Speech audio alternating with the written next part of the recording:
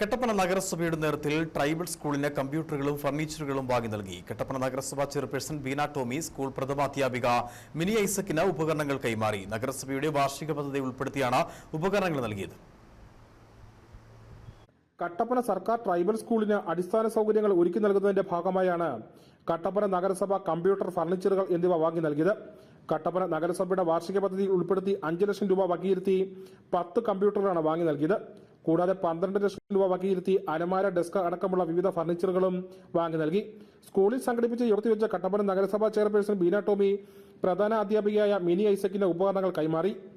വളരെ അഭിമാനകരമായ ഒരു നിമിഷത്തിലാണ് നമ്മൾ 5.5 ലക്ഷം രൂപ ഉപയോഗിച്ച് നമുക്ക് 10 കമ്പ്യൂട്ടറുകൾ വാങ്ങി സ്ഥാപിക്കാൻ കഴിഞ്ഞിട്ടുണ്ട്.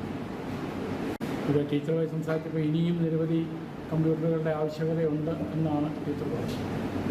ഏതായാലും നമ്മുടെ സ്കൂളിൽ മുഖ്യധാരയിൽ ഉയർത്തിക്കൊണ്ടുവരുന്നതിൻ്റെ പടിപടിയായുള്ള ഭാഗമായിട്ടാണ് ഇത്തരം കാര്യങ്ങൾ നടക്കുന്നത്. സ്കൂളിൽ അടിസ്ഥാന സൗകര്യങ്ങൾ കൂടുതലായി ഒരുക്കി കുട്ടികൾക്ക് മികച്ച രീതിയിലുള്ള വിദ്യാഭ്യാസം നൽകുക എന്ന ലക്ഷ്യമാണ് ഇതിന് പിന്നിലെന്ന് നഗരസഭാ അധികൃതർ വ്യക്തമാക്കി. വരും വർഷങ്ങളിലും വിവിധതരം പദ്ധതികൾ സ്കൂളിനായി ആവിഷ്കരിച്ച് നടപ്പിലാക്കാൻ നഗരസഭ ഉദ്ദേശിക്കുന്നുണ്ട്. ചടങ്ങിൽ കട്ടപ്പന നഗരസഭ vice chairman advocate KJ Benny അധ്യക്ഷനായിരുന്നു.